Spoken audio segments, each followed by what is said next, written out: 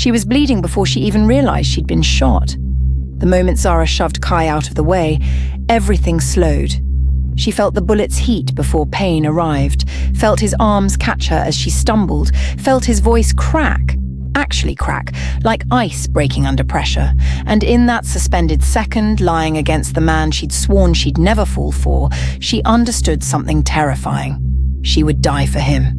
And somehow, impossibly, he'd already been dying for her. But let's rewind to where this disaster began. Hey, gorgeous souls, welcome back. If you've never been here before, you're about to watch a story that'll destroy you emotionally, and I'm not even sorry about it. Smash that like button right now because this one hits differently. Subscribe and turn notifications on because trust me, you'll want to see what happens next. 3 weeks earlier, Zara's eyes snapped open to a ceiling that cost more than her entire apartment building. The throbbing started in her skull before memory caught up. She was someplace expensive. Someplace that smelled like danger and cologne. Her face was pressed against something warm, something breathing. She didn't want to move. Part of her already knew exactly who this was. Slowly, so carefully, she lifted her head. The man sleeping beside her looked like violence had learned how to be beautiful. Ink crawled across every visible surface. Tattoos that told stories in languages she couldn't read, symbols that probably meant death to people who understood them. His arm was locked around her waist, even unconscious. Possessive, refusal encoded into his grip. Oh God. Oh God, no. She knew who he was. Everyone in the city knew who Kai was. 28 years old, and he ran an empire that made legitimate business look like child's play. The kind of man mothers warned their daughters about, the kind of man who disappeared people for entertainment. And she'd apparently spent the night pressed against his chest. Wake up, beautiful. His voice was rough, dangerous, and amusing. One eye opened, then the other. That smile was designed by someone who understood that the scariest predators don't need to hunt. They just smile, and people come willingly. Did we? She couldn't even finish. Her throat had forgotten how words worked. He laughed, a low, dark sound that made her skin prickle. Nothing happened, gorgeous. You cried on my chest about your ex-boyfriend while telling me all men were trash. Then you fell asleep, snoring loud enough to wake the dead. His eyes glinted with amusement. You also drooled on my shirt. She stared at him, then slowly looked down. She was wearing his oversized black sweater. His sweater, and nothing else. I don't snore, she said weakly. You absolutely do. And it's adorable. It wasn't adorable. Nothing about this was adorable. She grabbed her clutch, yanked on her dress, and headed for the door, her braids flying behind her like she was running from fire. Don't come back to my club, she threw over her shoulder. Oh, sweetheart. His voice followed her like smoke, like a promise, like a threat. You're going to be begging me to come back soon enough. She left. She didn't look back, but her hands were shaking on the elevator ride down. For 3 weeks, Kai didn't show up. Zara told herself it was good. It was the universe correcting its mistakes. It was God being merciful. She threw herself into work at the club, moving through the nights like a ghost, mechanical and empty. She served drinks, dodged hands, smiled for tips. Standard survival. But something inside her had cracked open that night, and she couldn't seem to seal it back up. Then Friday arrived. She was in the middle of serving the bar when she felt it. That sensation of being hunted. She didn't need to look to know. She knew. But when she did look, Kai was leaning against the bar like he owned it, like he owned her, tattoos on full display beneath a sleeveless shirt.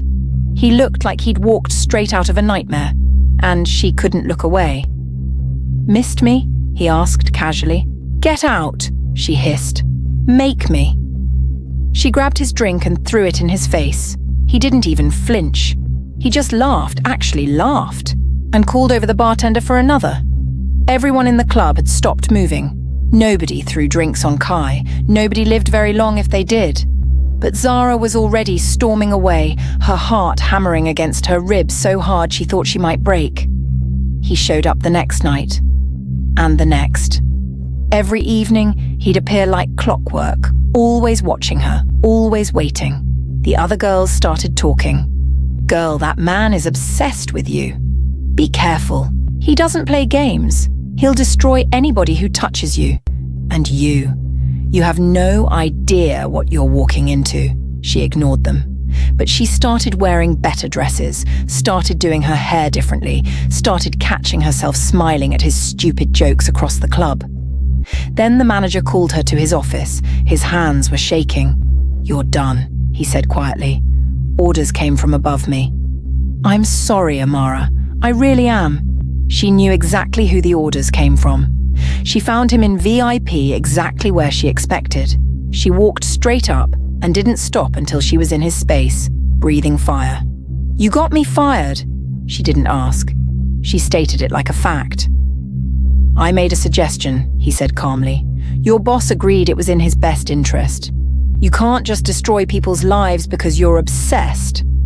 His expression changed. Cold. Lethal. Actually obsessed. Beautiful. If I was obsessed, half this city would be ruined right now. Maybe it should be. She opened her mouth to respond, but he leaned forward and her breath caught. "Work for me," he said simply. "As what? Your personal plaything?" "Hell no. As the only woman I trust beside me." His eyes burned. "Completely. You already know everything dangerous about me. You're not afraid of me. Everyone else is. Everyone else wants something from me. But you? You just want me gone. Which means if you're beside me, I know you're real." She wanted to say no. Every rational part of her brain screamed to walk away from this man, this situation, this entire trajectory. "What if I say yes?" she asked instead. "Then you move into my penthouse, stop serving drinks to strangers, and become the most important person in my organization. Besides me." She walked out without answering, but they both knew what her silence meant. The penthouse made her dizzy, floor-to-ceiling windows overlooking the entire city, art that probably cost more than her parents' house. Everything is clean and cold and absolutely soulless, like a museum nobody lived in. Until she saw the coffee table, empty bottles scattered everywhere, crushed cigarette packs, and a small glass vial filled with white powder residue clinging to the sides like ghosts. She picked it up, her heart sinking. "You're using. Put that down. Number." She held it up, her voice shaking with anger. "You're destroying yourself. My cousin did this. Started exactly like this. You think it makes you powerful, but it just makes you a prisoner in your own body." For a moment, something flickered across his face, something like shame. Then he turned away and poured himself a drink instead. "Why do you even care?" he asked quietly. "Because someone has to," she answered. That night, she didn't leave. She cooked in his pristine kitchen like she'd lived there forever. She found ingredients, created magic from basics, filled the penthouse with warmth it had never known. When he came in and saw her wearing his oversized hoodie, stirring a pot like she belonged there, something in him shifted. He tasted her food and actually stopped, like the world had paused around him. "What is this?" His voice was different, vulnerable. "Healing," she smiled. "Real food, real flavor, real life." He ate like a man who'd been starving. And when he looked at her after that first bite, she saw it. Past the tattoos, past the violence, past everything dangerous, she saw the boy inside who'd forgotten what it felt like to be taken care of. That night, he flushed the drugs down the toilet. She watched him do it, watched the vials disappear, watched the chains fall away, one by one. 2 weeks later, she was bleeding on a warehouse floor and none of it mattered anymore. The ambush happened without warning. Kai had brought her to a meeting. She still didn't understand why, but he said he needed her there, needed to know she was safe. A warehouse at the city's edge. Men in dark suits. Thick tension that made it hard to breathe. Then someone shouted betrayal. Then gunfire. Then everything became chaotic. She remembered him covering her, remembered the way his body became a shield, his arms a cage, his heartbeat steady against her back, even as bullets tore through everything around them. And then she saw the red dot. It crawled across his chest in slow motion, tracking toward his heart. Time stopped. She didn't think so. She just moved. She shoved him with everything she had, just as the shot fired. The bullet caught her shoulder instead. The pain was white-hot and all-consuming, but worse, so much worse, was watching his face. Watching Kai, this man made of violence and marble, absolutely shatter. Zara. He was on his knees beside her, pressing cloth against her wound with trembling hands. Why would you do that? Why? Because you're worth saving, she gasped out, tears streaming down her face. Because I love you. For a moment, the entire warehouse went silent. His men stopped fighting. Enemies lowered weapons. The world just stopped. I've killed people, he whispered. I've destroyed lives. I don't deserve... Shut up. She pulled him closer, kissed him hard enough to taste blood and fear and the beginning of everything. You deserve to be loved.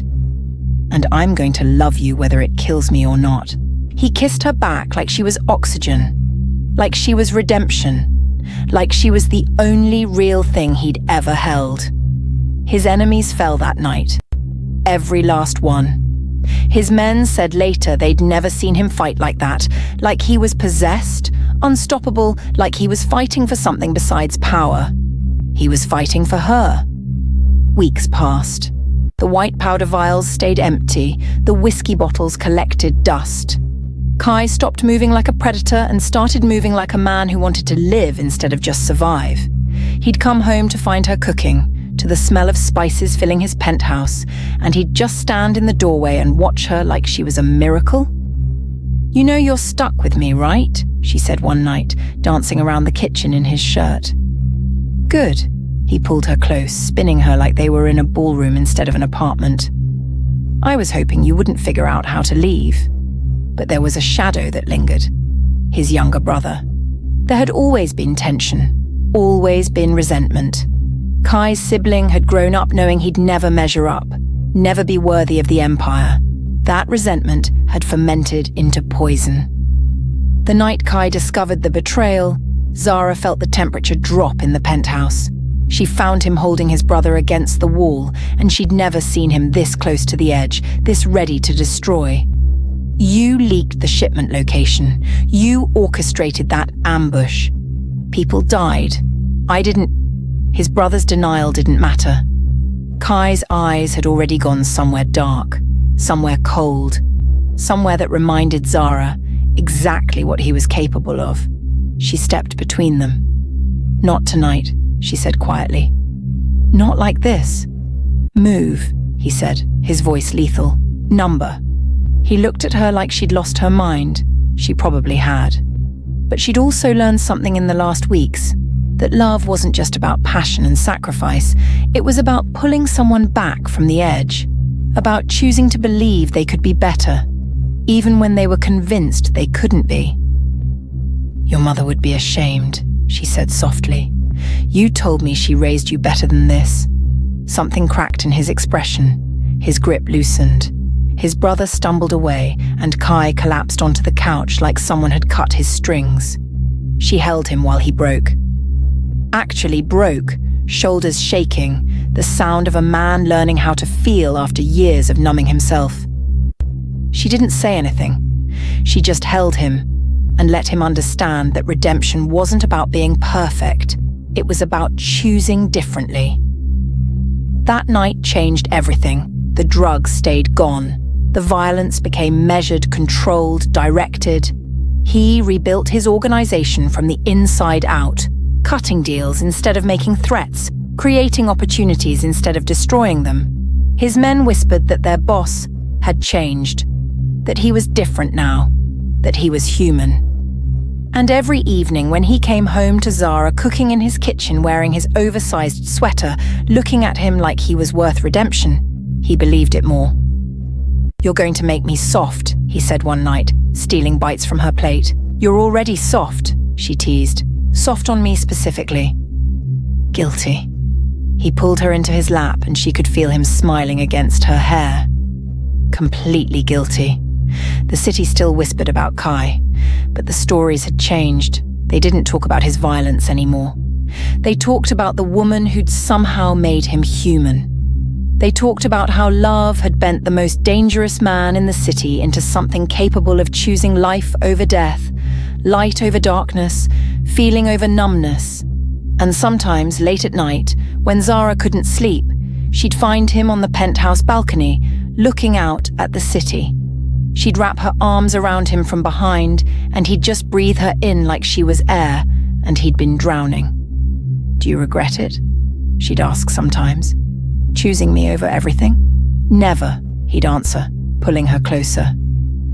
"You're the only choice I've ever been sure about, the criminal and the hostess, the man made of violence and the woman made of light. In a city built on lies and betrayal, they'd found something terrifyingly real. And it was the most dangerous, beautiful, terrifying thing either of them had ever experienced. Beautiful souls, that's the story of how darkness met light and decided to stay.